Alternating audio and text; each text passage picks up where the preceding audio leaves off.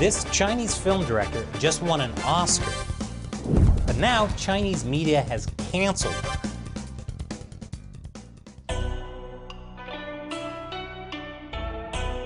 Welcome to China Uncensored. I'm Chris Chappell. We talk a lot on this show about censorship in China, but censorship can be a tricky thing, especially when it comes to Chinese state-run media. One day they might promote something, the next day they might say it undermines China. It's state-sponsored cancel culture. For example, China officially loved American basketball, until they canceled the NBA because the Houston Rockets manager posted a tweet supporting Hong Kong protests. The Chinese government welcomed Tesla to do business in China. And then one day, Chinese state-run media suddenly criticized Tesla for being arrogant. Chinese state-run media changes its mind so fast, it's almost not worth getting positive media attention there in the first place. And it's also confusing for the people of China to know how they're supposed to feel about current events. Because if they feel the wrong way about something, and they say so, they could get canceled too. This is the case for Chloe Zhao. She's a Beijing-born film director who now lives in America. She won Best Director at the Academy Awards last week for her film Nomadland. It's a story that follows a middle-aged woman living out of her van in the American West. Nomadland has made movie history, and so has Chloe Zhao. Zhao is the first Asian woman and only the second woman ever to win an Oscar for Best Director. Her film also won Best Drama at the Golden Globe Awards.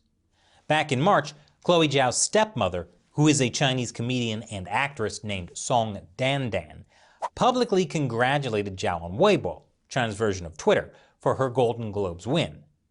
The post reads, "My baby, big congratulations to you. Your achievements exceed our imagination. You are the legend of our family, and I believe that your story will also inspire countless Chinese children."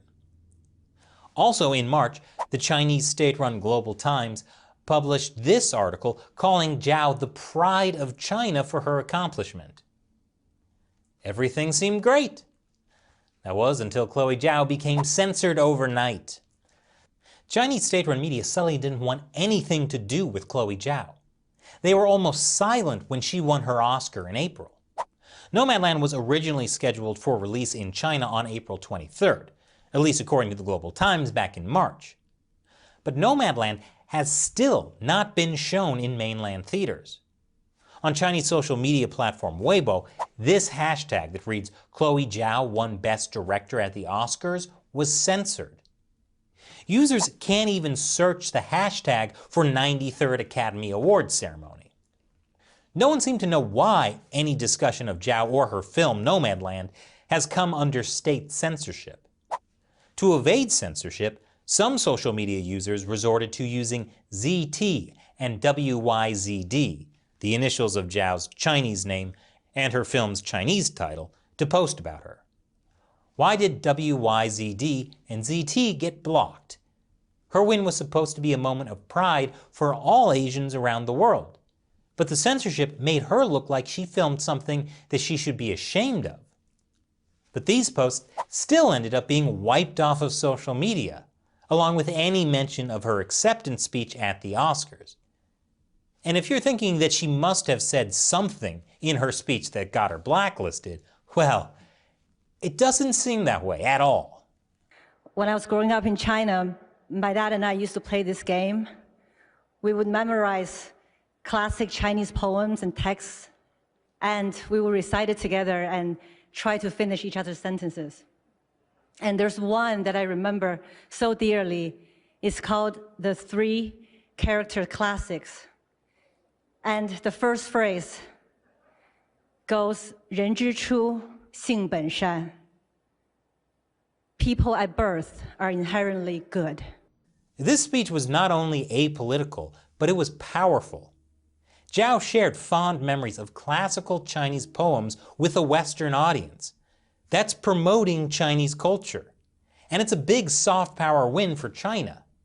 So why has Chinese media canceled Chloe Zhao? I'll tell you right after the break. Welcome back. the Chinese Communist Party has deliberately censored this year's Oscars. That's not just because of Chloe Zhao. A documentary on the 2019 Hong Kong protest called Do Not Split was also up for an award.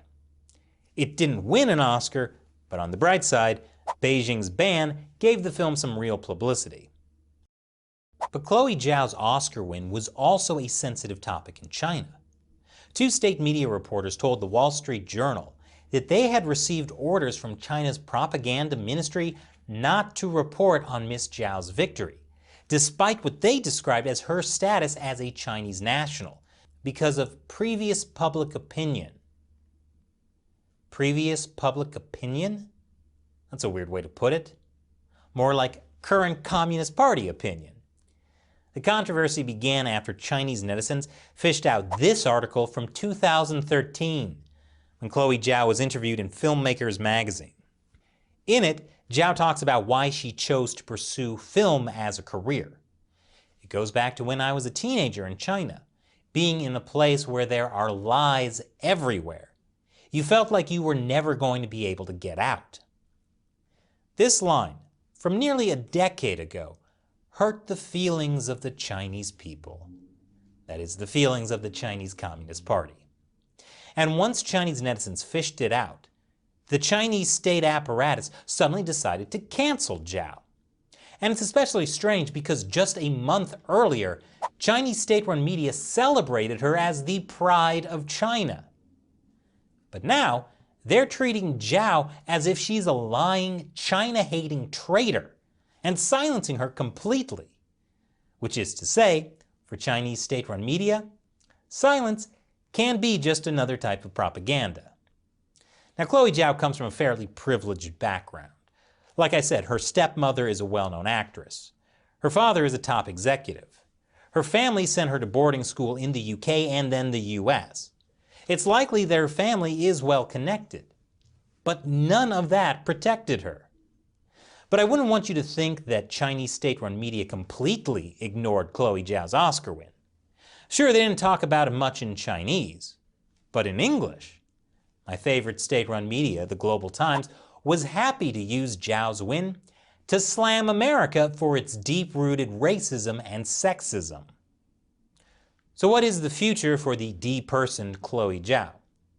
Well, there are some concerns over her next directed film, The Eternals. That's a big-budget superhero Marvel movie set to release later this year. In China, Marvel movies have been hugely profitable for their parent company, Disney. Experts say that while Miss Zhao's background would likely have been a major selling point for the Eternals in China, it could now become an Achilles heel, a potentially devastating blow for the film and for Marvel, which has reaped huge rewards in the Chinese market with movies like Avengers Endgame.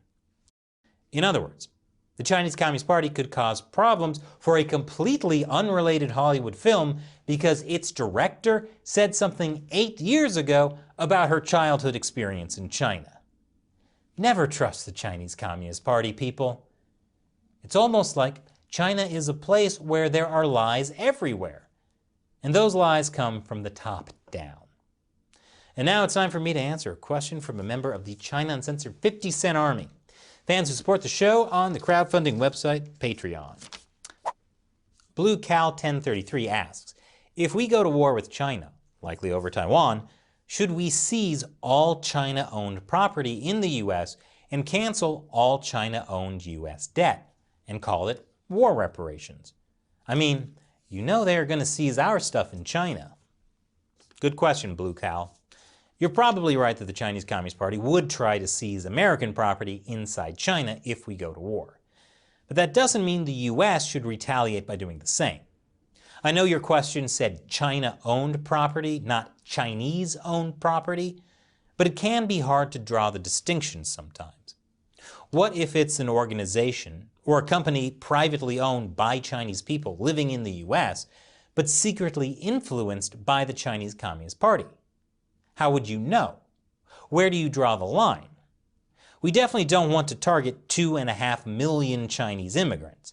Many of them are actually Chinese dissidents who escaped China. We don't want to repeat what the US did to Japanese Americans during World War II.